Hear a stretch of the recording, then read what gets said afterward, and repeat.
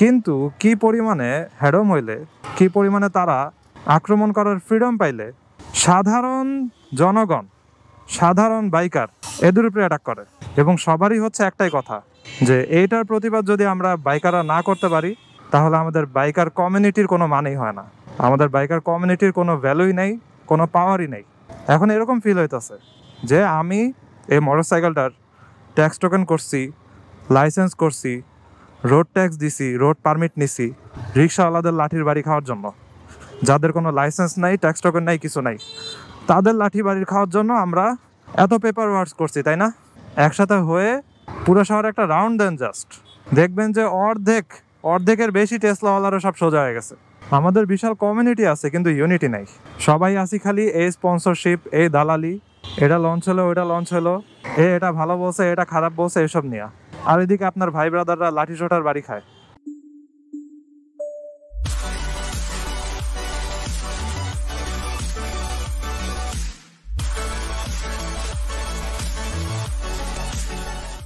এই what is going on? এখন বাজে হচ্ছে সন্ধ্যা 6টা অলমোস্ট। এখন আমি বেড়িবাঁধের দিকে যাব। আজকে আমি ভাবছিলাম যে আমার গোপ্রো যে ক্যামেরা আছে এটা নিয়ে একটা হালকা পাতলা রিভিউ দিব, কিন্তু রিসেন্ট একটা নিউজ আজকে এটা দেখে আর কি এত খারাপ লাগছে, অথবা বলতে পারেন যে মাথা গরম হয়ে গেছে। এই জিনিসটা নিয়ে কথা বলা উচিত, বলতেই হবে। আপনারা যারা বাইকিং কমিউনিটিতে আছেন অথবা হালকা পাতলা নিউজ টিউজ দেখেন অথবা ফেসবুকে পোস্ট দেখেন, তারা হয়তো এতক্ষণে সবাই জেনে গেছেন যে আজকে কি হয়েছে। গুলশান বনানীতে আপনারা জানেন যে এই ব্যাটারি রিক্সাগুলা, এই অটো রিক্সাগুলা হচ্ছে তারা আন্দোলন করতেছে যে তারা ওসব এলাকাতে চলতে চায়। কাহিনী হচ্ছে গুলশান টুলশান ওদিকে প্যাডেল চালিত রিক্সা চলে এবং তাদের সোসাইটিতে অনেক রিক্সা আছে যেগুলো মনে করেন একদম রেজিস্টার্ড নাম্বার থাকে অথবা রিক্সাওয়ালাদের আলাদা হচ্ছে ইউনিফর্ম থাকে। জিনিসটা খুবই স্ট্রাকচার্ড এবং ইফেক্টিভ, এই কারণে রিক্সার ভিড়ও তেমন হয় না, অথবা কোনো ঝামেলা হলেও রিক্সাগুলোকে আইডেন্টিফাই করা যায়। এখন ওইসব প্যাডেল চালিত রিক্সাকে তারা চলতে দিবে না, তাদেরকেও এখানে চলা লাগবে। সো প্যাডেল চালিত রিক্সাওয়ালারা মাইর খাইতেছে, আপনারা যারা নিউজ দেখতেছেন সবাই জানেন। আর তাদের এরকম আক্রমণাত্মক টাইপের আন্দোলন চলতেছে আর কি। এখন আন্দোলন করলে শান্তিপূর্ণভাবে করা যায়, অথবা একসাথে কোনো একটা ভালো স্পেসে দাঁড়ায় যেখানে হচ্ছে যানজট হবে না অথবা মানুষদের ভোগান্তি হবে না, ওইখানে দাঁড়ায় জিনিসগুলো বলা যায়। কিন্তু তারা রিক্সাওয়ালাগুলাকে তো মারতেছেই। আর আজকে যেটা হয়েছে পুরাই মর্মান্তিক একটা জিনিস, মোটরসাইকেলওয়ালাদেরকে মারছে। ঘটনাটা হয়েছে মোস্ট প্রবাবলি হচ্ছে বনানী ব্রিজ ওটার কাছাকাছি। আমি ভিডিওটা প্লে করে দেখালাম না, জাস্ট স্ক্রিনশট দিতেছি ভিডিওটার। এখন পর্যন্ত 2টা জায়গার এরকম ঘটনা দেখলাম আর কি ভিডিও। একটা হচ্ছে ব্লকেট দিয়ে রাখছে, ওইটার সামনে একটা মোটরসাইকেল দাঁড়া ছিল, তারও পিলিয়ন ছিল এবং কোনো কারণ ছাড়াই, কোনো দোষ ছাড়াই মোটরসাইকেলওয়ালারে এসে মারা শুরু, এবং মোটরসাইকেলও আঘাত করতেছে, তারও মারতেছে, এবং হেলমেটের কারণে জাস্ট মাথাটা বেঁচে গেছে আর কি। কারণ কি? কারণ কিছুই না, জাস্ট দাঁড়ায় ছিল অথবা ভিডিও করার ট্রাই করতেছিল এই জিনিসগুলা। আমি বাইক বিডি গ্রুপের পোস্টে যা দেখলাম যে এক জায়গাতে বললো যে ভিডিও করার ট্রাই করতে নিছিল, ওইটা দেখে তারা মারমুখী হয়ে আসছে। আরেক জায়গাতে বলছে যে কিছু একটা বলছে যে এগুলা করেন কেন, অথবা হয়তো কোনো একটা মন্তব্য করছে। কিন্তু যেটাই করুক আপনার গায়ে তো হাত তোলা নাই। আর দেখে যেটা মনে হইলো যে কারণ ছাড়াই হুদাই জাস্ট আক্রোশের ঠেলায়, কারণ এই যে রাইড শেয়ারিং এগুলার কারণে হইতেছে তারা যাত্রী কম পাইতেছে, এগুলো নিয়ে এমনিও তাদের আক্রোশ ছিল। আপনারা যারা রিক্সায় চড়েন তারা দেখবেন বিভিন্ন সময় রিক্সাওয়ালারা এগুলা বলে। যাই হোক, আমি রাইড শেয়ারিং করি না, কিন্তু রিক্সাওয়ালারা যারা রাইড শেয়ার করে তাদের উপরে অনেক ক্ষোভ। এমনও হতে পারে দলবদ্ধ হয়েছে, ওই ক্ষোভ উঠাইতেছে তাদের উপরে, আই ডোন্ট নো। কিন্তু কি পরিমাণে হ্যাডম হইলে, কি পরিমাণে তারা আক্রমণ করার ফ্রিডম পাইলে সাধারণ জনগণ, সাধারণ বাইকার এদের উপরে অ্যাটাক করে।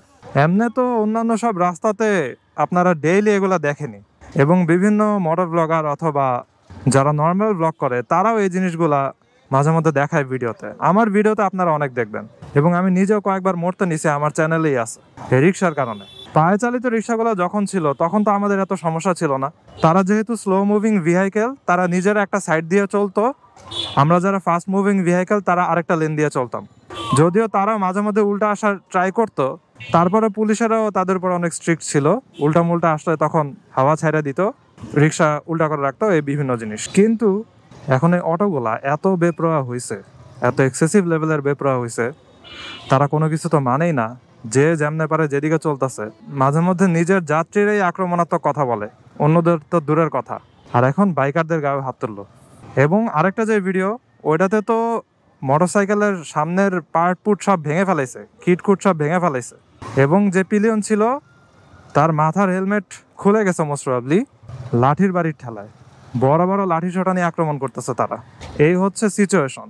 এবং ওই লোকটা তাও নিজের মোটরসাইকেলটা বাঁচানোর জন্য পা দিয়ে ঠেলে ঠেলে অথবা অ্যাক্সেলারেশন দিয়ে দিয়ে সামনে যাওয়ার চেষ্টা করতেছিল। তারা যাইতে দিতেছে না, যত পারে বাড়ি মারতেছে। লিটারালি পুরাই সন্ত্রাসীরা এরকম করে আর কি, অথবা মনে করেন টাকায় খাওয়া সন্ত্রাসীরা এরকম টাইপের জিনিস করে। সো তারা এগুলা করতেছে। এই সিচুয়েশনের মধ্যে মোটরসাইকেল যে কমিউনিটিগুলো আছে ওইখানে হচ্ছে পোস্ট হয়েছে, সবাই পোস্ট করতেছে, আমরা সবাই হচ্ছে এগুলো নিয়ে বলতেছি। এবং সবারই হচ্ছে একটাই কথা, যে এইটার প্রতিবাদ যদি আমরা বাইকাররা না করতে পারি তাহলে আমাদের বাইকার কমিউনিটির কোনো মানেই হয় না, আমাদের বাইকার কমিউনিটির কোনো ভ্যালুই নেই, কোনো পাওয়ারই নেই।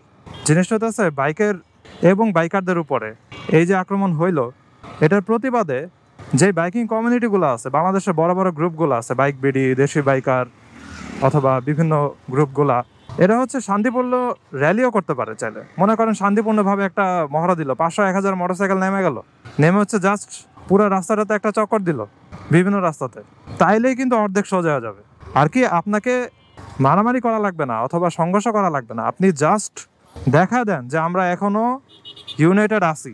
কিন্তু মোটরসাইকেল বড় বড় গ্রুপ অথবা বড় বড় পেজগুলোর এখন কাহিনী কি হয়েছে, কিছু তো বলতেছেই না এগুলো নিয়ে। তারা আছে খালি হচ্ছে নতুন মোটরসাইকেল লঞ্চ হইলো এইসব নিউজ নিয়ে, এইটা কিনেন ওইটা কিনেন এসব নিউজ নিয়ে, নতুন লঞ্চে এ নাচতে আসছে, এ গাইতে আসছে এসব নিউজ নিয়ে। এই টেসলাওয়ালাগুলা জাস্ট 15-20 জন, 50 জন, 100 জন এরকম ভাবে রাস্তায় ঘুরে ঘুরে মানুষদেরকে মাইরা বেড়াইতেছে, আর আমরা বাইকাররা কিছুই বলতে পারতাছি না অথবা কিছু বলতেছি না। এটা কেমন হইলো? আগে কত ইউনাইটেড ছিল বাইকাররা, বাইকারদেরকে হচ্ছে সবাই একটা রেসপেক্ট করতো, এবং কেউ একজনের মোটরসাইকেল আছে, কেউ একজন মোটরসাইকেল চালায় যাইতেছে, তাকেও সম্মান দিত। আর এখন এমন অবস্থা হয়ে গেছে, মোটরসাইকেলওয়ালাদের কোনো দামই দিতেছে না কেউ, কিছু না। এখন রিক্সাওয়ালাগুলো মাইরা চলা যায়। এখন এরকম ফিল হইতেছে যে আমি এই মোটরসাইকেলটার ট্যাক্স টোকেন করছি, লাইসেন্স করছি, রোড ট্যাক্স দিছি, রোড পারমিট নিছি রিক্সাওয়ালাদের লাঠির বাড়ি খাওয়ার জন্য। যাদের কোনো লাইসেন্স নাই, ট্যাক্স টোকেন নাই, কিছু নাই, তাদের লাঠি বাড়ি খাওয়ার জন্য আমরা এত পেপার ওয়ার্কস করছি, তাই না? এখন এরকম মনে হইতেছে।